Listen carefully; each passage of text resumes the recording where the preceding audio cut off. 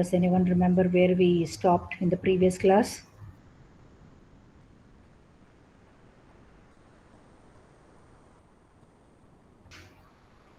Fine. Let's just run through the techniques. We had started with the clustering techniques. We discussed the partitioning clustering technique.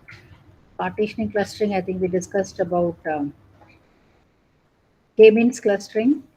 Then we discussed about k-medoids clustering, advantages, disadvantages. Then we discussed about k-medoids, partitioning around medoids. It was PALM algorithm. Then we looked into a Clara algorithm for clustering large applications. So that was all about partitioning techniques. Then we looked into hierarchical clustering. Hierarchical clustering, which was divided into two: agglomerative clustering and divisive clustering. Agnes and Diana. Okay, so yeah, we discussed these two algorithms in detail. Agglomerative clustering with the different linkage techniques. This was the linkage technique used for agglomerative clustering, single linkage. Okay, then yeah, I showed you some demonstrations too. Okay, then I showed you the dendrogram tree-like structure for it. Then we discussed the top-down approach, divisive analysis, Diana. Then these are the different distance measure linkage techniques. Okay, that was discussed. Then we discussed, yeah, then we went for to discuss a hybrid technique, integration of hierarchical and distance based clustering. So one is Birch and another one is Chameleon. So as per your syllabus, we discussed the Birch technique, balanced iterative reducing and high clustering using hierarchies. So this was discussed in class, in the previous class. I think this is where we stopped. Okay, wherein we learned what is a clustering feature tree. All these was discussed. Okay, we discussed different phases in Birch algorithm and other things in detail. Okay, so today we start with the density based methods. Okay, density based method.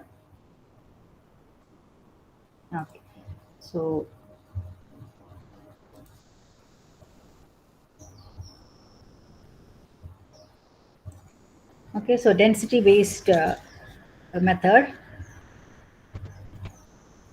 Okay, so this technique is a little bit different from the previous techniques whatever we have learned. Okay, it is I mean, from the conventional clustering technique. Okay, so this particular density based techniques mainly focuses on proximity and density of observations to form the cluster. Okay, so uh, there are different techniques or algorithms under density based method. So one is what is called DB scan. Then we have optics, dentlu, and click.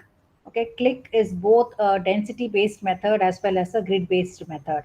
Okay, so as per your syllabus, only DB scan is being mentioned, DB scan and click. Okay, so we will be discussing only DB scan. Then we will go for the next grid based method, we will discuss about sting and click. Okay, so with that the fourth unit will be over. Okay, so this density based method, it's capable of taking care of discovering clusters of arbitrary shape. Okay, arbitrary shape, and it can handle noise, and it can handle noise. So that's the main advantage of uh, density based method. Okay, so DB scan, the full form for DB scan, density based spatial clustering of application with noise. Okay, so that's what the full form for DB scan stands for, density based spatial clustering technique of application with noise. Okay, when it was introduced and the significance of it. Okay, due to its importance in both theory and application, this algorithm is one of the three algorithms awarded the Test of Time Award at KDD conference in 2014. Okay, that's an extra piece of information for you. Okay, so now coming to why this particular DB scan algorithm. Okay, so I mentioned it is very different from k-means. In k-means clustering, the observation becomes a part of the cluster which is being represented by the nearest centroid. Okay, but then this DB-scan algorithm or this clustering technique, it can identify outliers, outliers or noisy data, or observations which do not belong to any clusters. Okay, so and in k-means clustering, we have to specify how many number of clusters has to be formed. K has to be specified. But then this particular DB scan, here you don't require to specify the number of clusters as a parameter.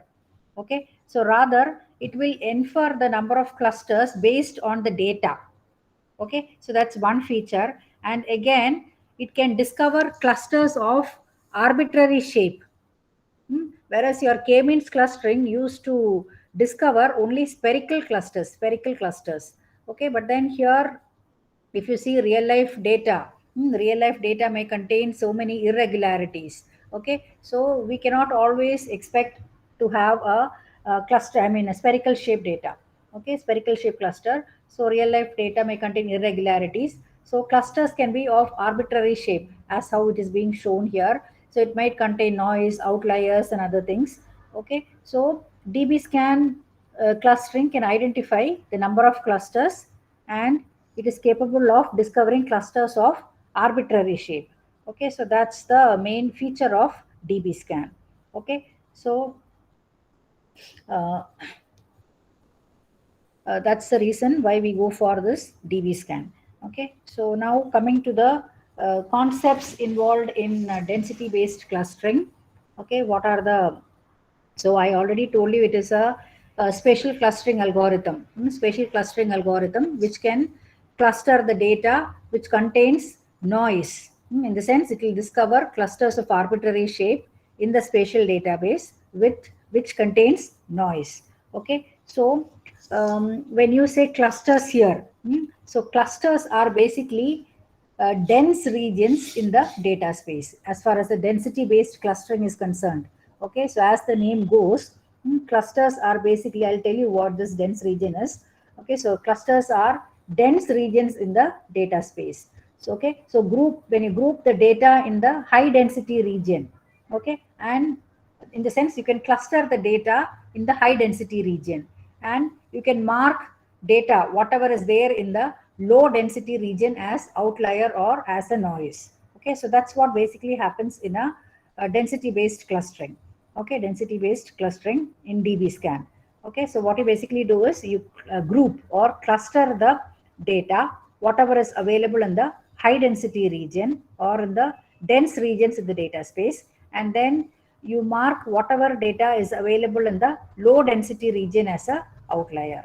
Okay, so now the question comes, how this density is being defined in the DB scan. I kept on telling about density based clustering, how this density is being defined.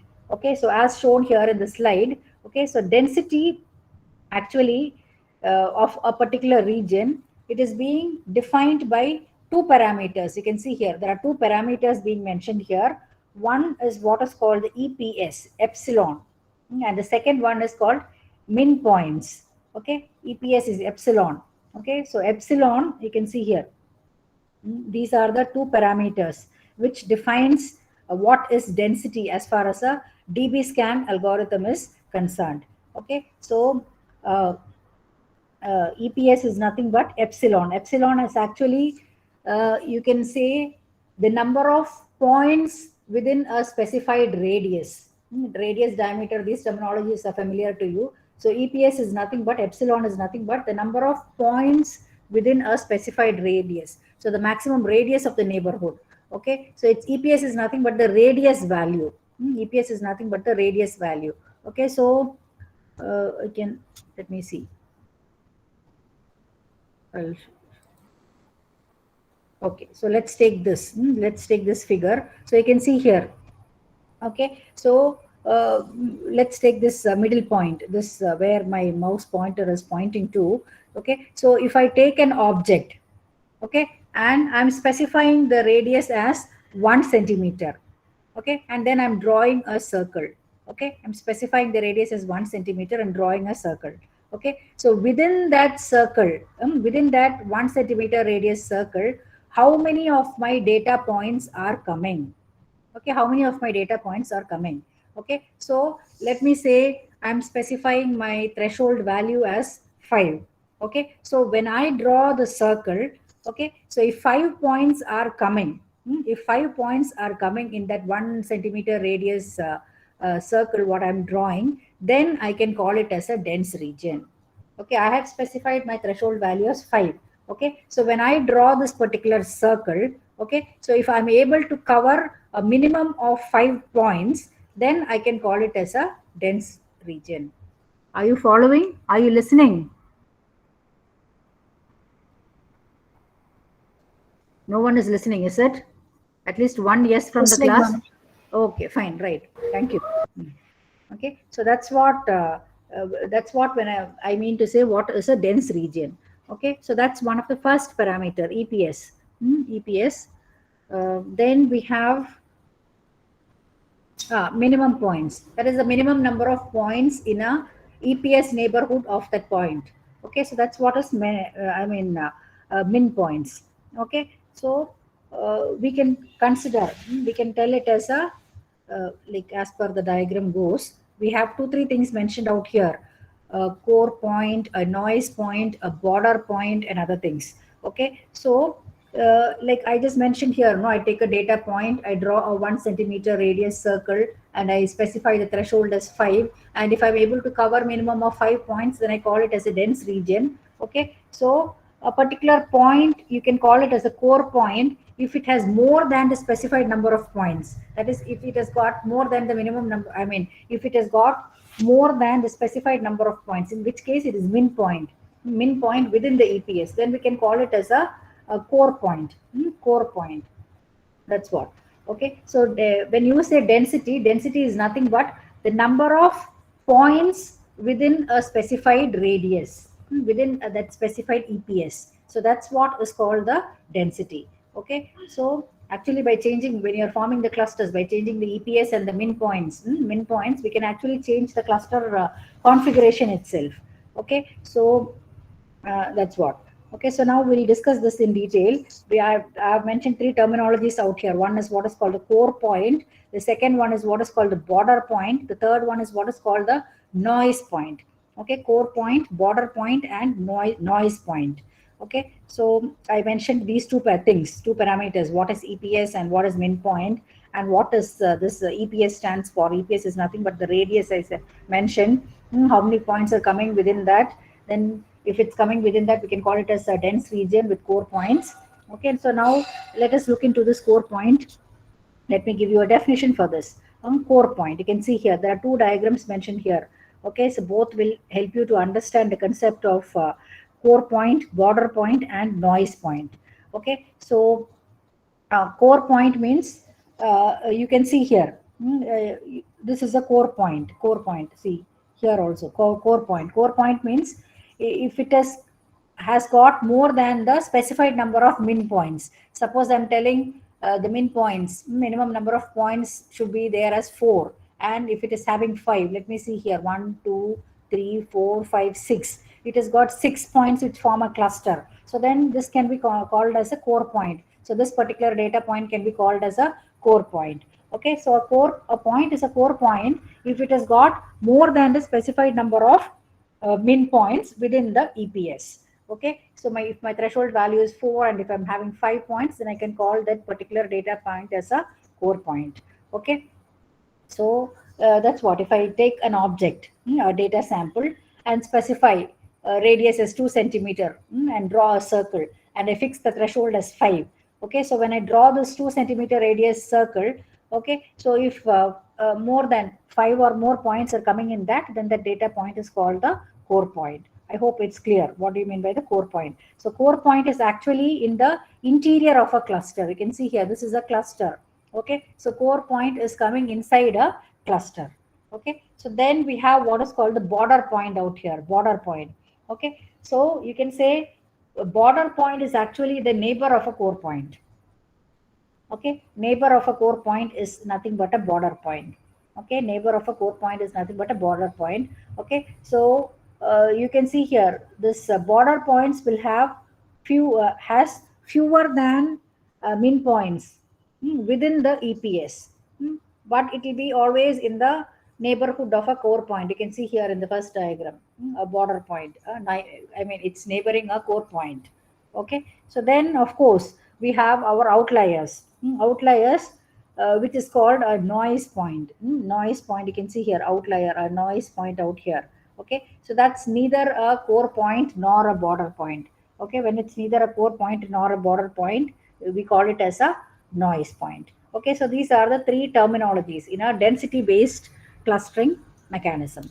Okay, so actually, like the central theme, or you can say the most important, the core idea in DB scan is, okay, so for each point of a cluster, okay, so the neighborhood of a given radius has to contain at least uh, the minimum number of points. Okay, so when you specify the minimum point, actually they say the minimum has to be three onwards only. You have to specify, it cannot be one or two to form a cluster. Okay, so it has to contain at least the minimum number of points. Generally, when you work out problems and other things, it will be generally taken minimum will be three onwards. It can be extending up to, it can increase. Okay, so that's what is your concept of your DB scan. Okay, so for each point, whatever is being a point of a cluster, the neighborhood of a given radius has to contain at least a minimum number of, minimum number of point.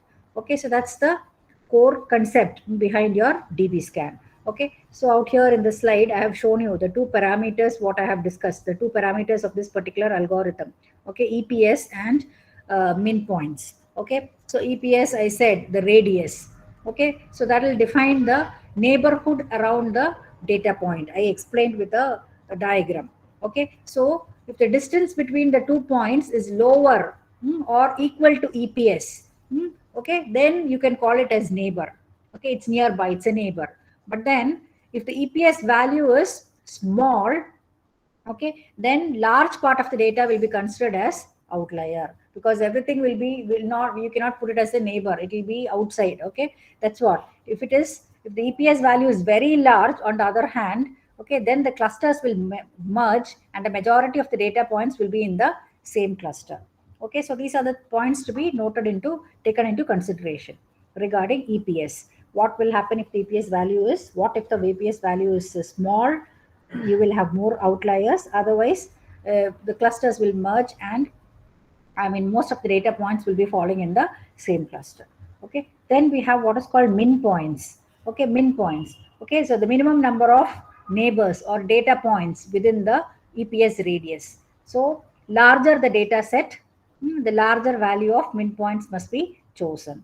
Okay, so the minimum point should always be greater than or equal to the dimension. D is the dimension plus 1. Okay, so I just mentioned few minutes back, the minimum value of min point should be chosen as at least to be 3.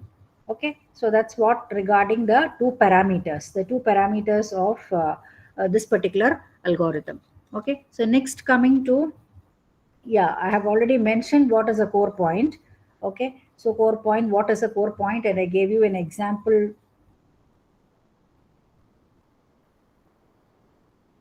I gave you an example for a core point also. Here I had, with this particular diagram, I had shown you what is a core point.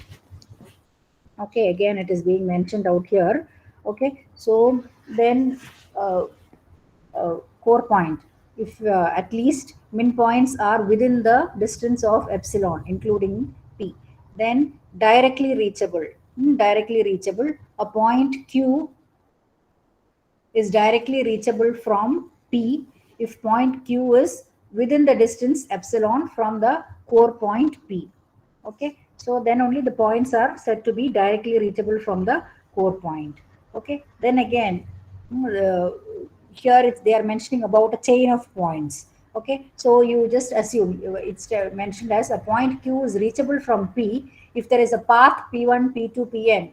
So you're assuming P equal to P1. So you can see here P equal to P1 and Q equal to Pn.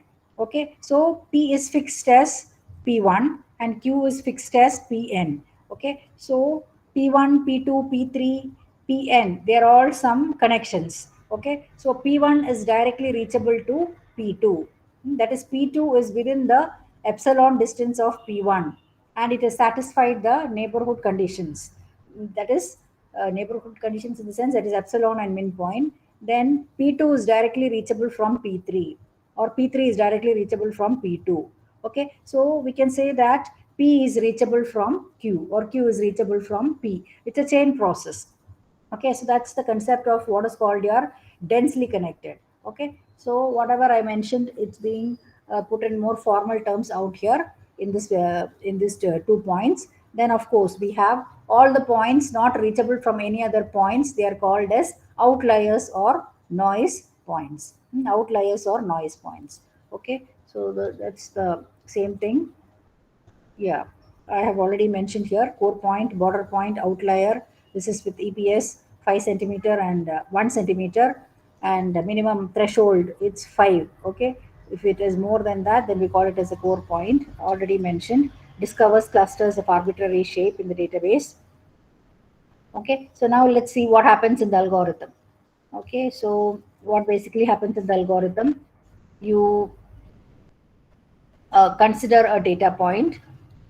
Okay, you can check whether it is a core point or not. How do you check whether it is a core point or not? Based on your epsilon distance and min points. Okay, then group that as a cluster. If the conditions are not satisfied, okay, so that means that that particular data point is either a part of some other cluster or it could even be a outlier. Okay, so these are the things to be taken into consideration. So you find all the neighbor points within the EPS and identify the core points or the visited with more than min point neighbors. Okay, so for each core point, if it's not being assigned to a particular cluster, create a new cluster. Okay, so you find recursively all its density connected points and assign them to the same cluster as the core point. Okay, otherwise, as I mentioned in previously you form a chain. Here I had mentioned P1, P2, P3. P1 reachable from P2, P2 from P1, P2 to P3, P3 to P4, that way. Okay, so a point A and B are said to be densely connected if there exists a point C which has sufficient number of points in its neighbors and both the points A and B are within the EPS distance. Okay, so this is a chaining process. So if B is neighbor of C, C is neighbor of D, D is neighbor of E, which in turn is neighbor of A, implies that B is neighbor of A. Okay, it's a chaining process. So you basically iterate through the remaining unvisited points of the data set. Okay, so those points that do not belong to any cluster will be treated as a outlier or as a noise. Okay, so that's basically the concept of your DB scan. Okay, so that's regarding your DB scan algorithm. So this is the results based on a visualization using some tool. I think it's the tool mentioned here. DB scan results in for DS2 with min points at 4 and EPS at the various 5, 3.5, and 3. You can see arbitrary clusters being um, identified. Okay, so now coming to a comparison, your k-means versus DB scan. Okay, so like you might ask me, like k-means, when if you see any clustering literature, everybody mostly tells about k-means clustering. Okay, I mean, so why should we use this the DB scan when k-means is the most widely used method in cluster analysis? Okay, so um, when it comes to research and even practically speaking, real world data contains, it's what is called dirty data, which contains a lot of outliers and noise. Okay, and uh, k-means clustering, about which what we have learned, okay, they forms spherical clusters only. You can see here in the picture out here, only spherical clusters. Okay, so the the k-means clustering basically will fail when the data is not spherical. Okay, spherical in the sense the same variance in all the directions. Okay, so and again, k-means clustering algorithm is something which is sensitive to outliers. Okay, so actually the outliers, if it's present, it can skew the uh, clusters in the k-means to a very large extent. Okay, and again, as you know, when we discussed about k-means clustering, you need to specify the number of clusters. I mean, beforehand itself. Okay, so these were the disadvantages of your k-means clustering. Okay, so your dbScan algorithm overcomes all these above mentioned drawbacks. Whatever I just mentioned, I mean, all these are being taken care by your dbScan algorithm. Okay, so dbScan algorithm identifies your dense regions by grouping together the data points that are close to each other based on the distance measurement. Okay, so and again, what's nice about this dbScan is, you can see here in the picture also, what's nice about this dbScan is, you don't have to specify the number of clusters like your k-means, okay, to use it. Okay, so all you need is a function to calculate the distance between the values and some guidance for what amount of distance is considered to be close. You have to specify the closeness measure.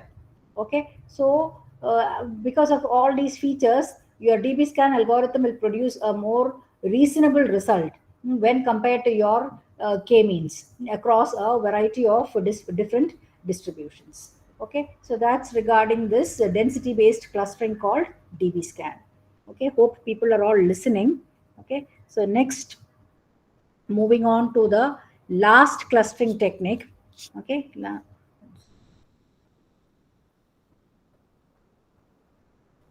okay, so we were discussing about density-based clustering, and under which we discussed about dbScan. So next, moving on to grid-based technique. Okay, grid-based technique.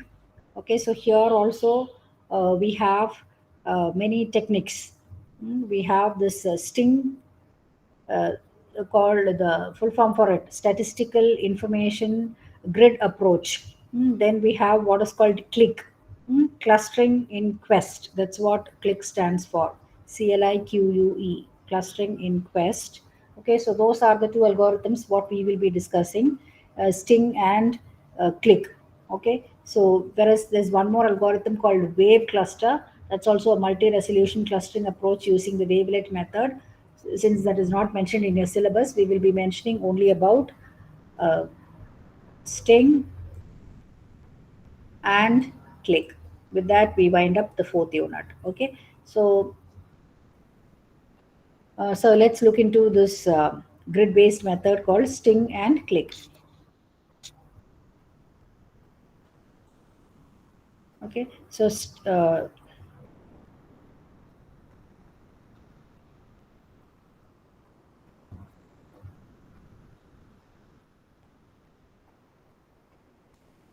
you can see here, the objects, or you can say the data points together form something like a grid structure.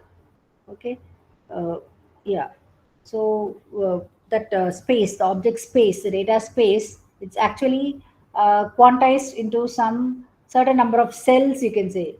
Cells that form, it's like a grid structure, you can see it's like a grid, the grid structure. Okay, so and the main advantage of doing this is this particular method. It's very quick actually. Fast processing time is the main advantage why we go for this grid-based approaches. Okay, so and again, the clustering is totally dependent on the number of cells that are present in each dimension, in that particular quantized space. Okay, we need not bother about everything. Okay, so that's another major advantage of this string based method. The spatial area is divided into rectangular cells. Okay, so it's totally dependent upon the number of cells in each dimension. Okay, so in that particular subspace, you can call it, it is also called as a sub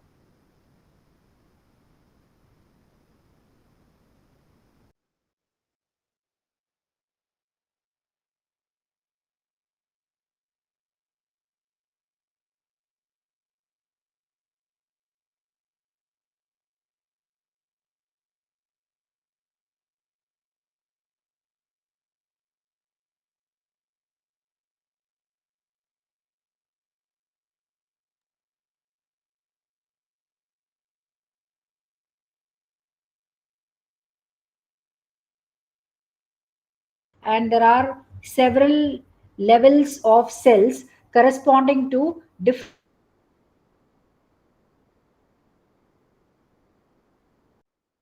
So this particular picture helps you to understand it in a little more better manner. Okay, so the entire spatial area is being divided into rectangular cells, you can see.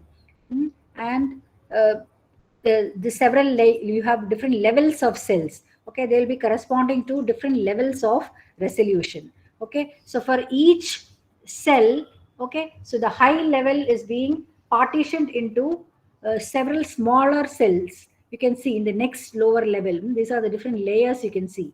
Okay, so what is the purpose of doing this is, okay, you can actually get statistical information, especially the aggregated statistics. Can be calculated based on can be done, I mean, calculated for each of these cells. Okay, so the statistical information of each of these cells is being calculated, and that can be stored beforehand. Okay, and they can come as handy when you are answering some sort of queries in the database. Okay, for example, the count, the mean, the average value, or the maximum value.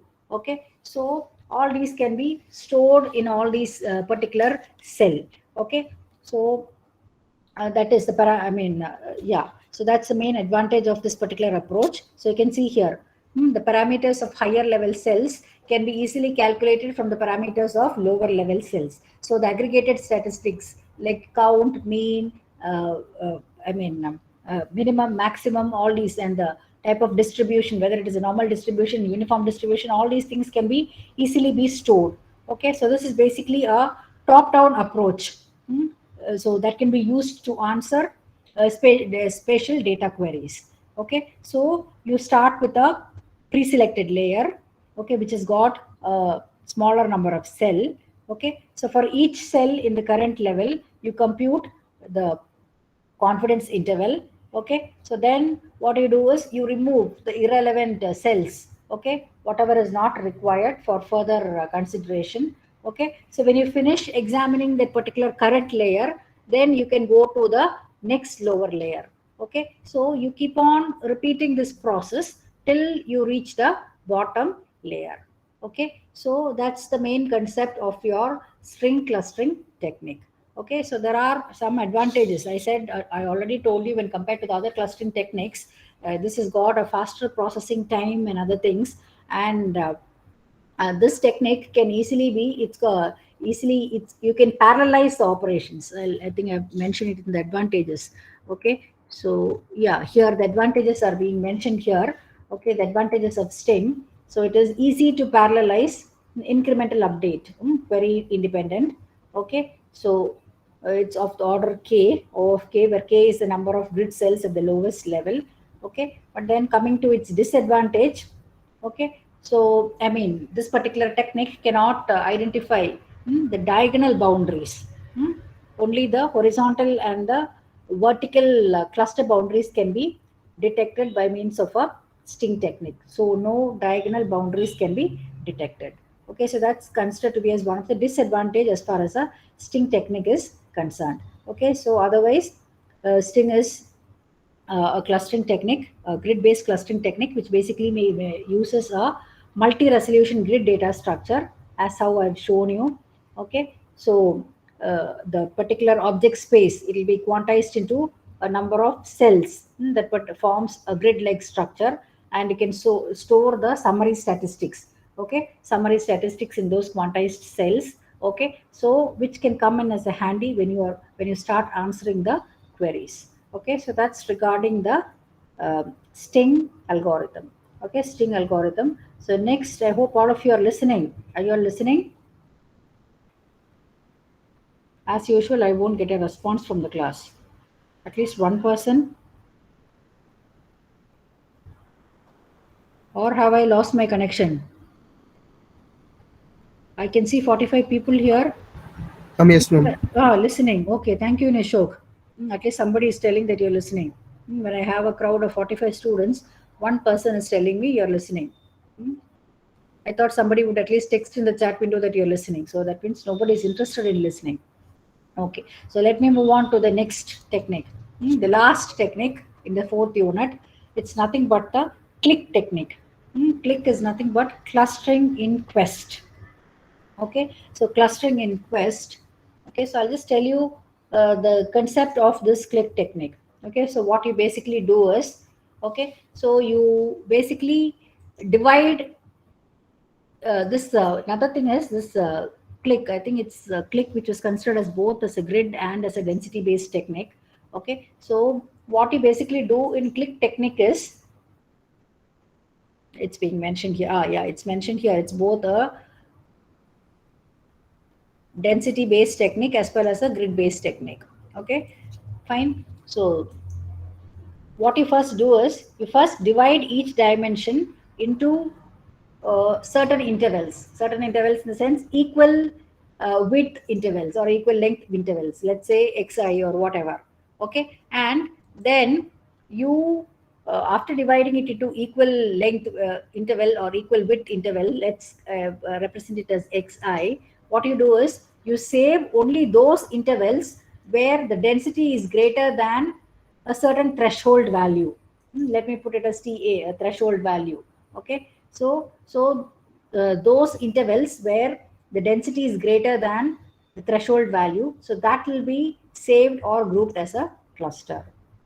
Okay, so then each set of two dimensions will be examined. Okay, so then if there are two intersecting intervals in these two dimensions, and say the density of the intersection is greater than the threshold value, then again the intersection is saved as a cluster. Okay, so what you basically do is, I mean, this particular process is being repeated for say three sets, four sets, three dimension, four dimension, and so on. Okay, so after every step, the adjacent clusters are being replaced by a joint cluster. Okay, so and at the end, all the clusters will be, I mean, uh, and all of the clusters will be treated as your output. It is nothing but your cluster output. Okay, so that's basically the concept of your click. Okay, so you divide each dimension into yeah, divide each dimension into uh, equal length interval or equal width interval, let's say xi, and you consider or you save only those intervals whose density is greater than the threshold value as a cluster. Okay, so then each of the two dimensions is being examined. Okay, then if there are two intersecting intervals in these two dimensions which is being considered, and the density in the intersection of these interval, if it is greater than the threshold value, okay, then that intersection will be saved as a cluster. The process is repeated for multiple dimensions, 2, 3, 4, and other things. Okay, after every step, the adjacent cluster will be replaced by a joint cluster, and in the end you will have the cluster output. Okay, so that's actually the concept of your click technique. Okay, so you are partitioning the data space and finding the number of points that lie inside each cell of the partition. Okay, so and again, you identify the subspace that contains the clusters using the a priori principle.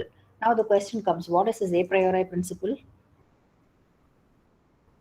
What is this a priori principle? Somewhere in data mining, we have discussed about a priori principle, right? What did that a priori principle tell you?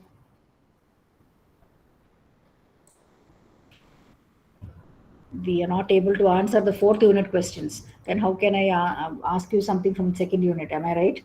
Okay, so this is what is a priori principle. I think what a priori principle tells us, when we discuss the fourth unit, when frequent pattern mining and other things, what it mentioned is, if an item set is infrequent, then all of its superset will also be infrequent. That's what a priori principle tells that. So if a particular product we found it as infrequent, okay, then its superset was also tagged as infrequent. Okay, so that's what a priori principle. If a collection of points S is a cluster in a k dimensional space, then S is also a part of a cluster in any k minus 1 dimensional projections of the space. The same a priori principle out here. So you identify the subspaces that contains the clusters using the a priori principle. Okay, so you're trying to identify the cluster, okay, by determining the dense points, determining the densely connected dense points. Okay, then yeah, you generate minimal descriptions for the cluster. Okay, so what is the main advantage of all these is, okay, so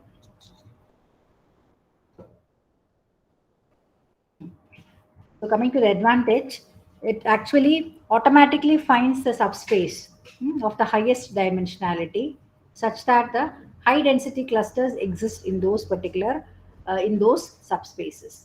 And another advantage is it is insensitive to the order of records in input and does not presume some canonical data distribution. Okay, and it will scale linearly with the size of the input and has got good scalability as the number of dimensions in the data increases. Okay, coming to the disadvantage, the accuracy of the clustering result may be degraded at the expense of the simplicity of the method. Okay, so that's a disadvantage associated with the click technique. Okay, so I hope you have understood the concept of click. So click is all about identifying the subspaces that contains clusters.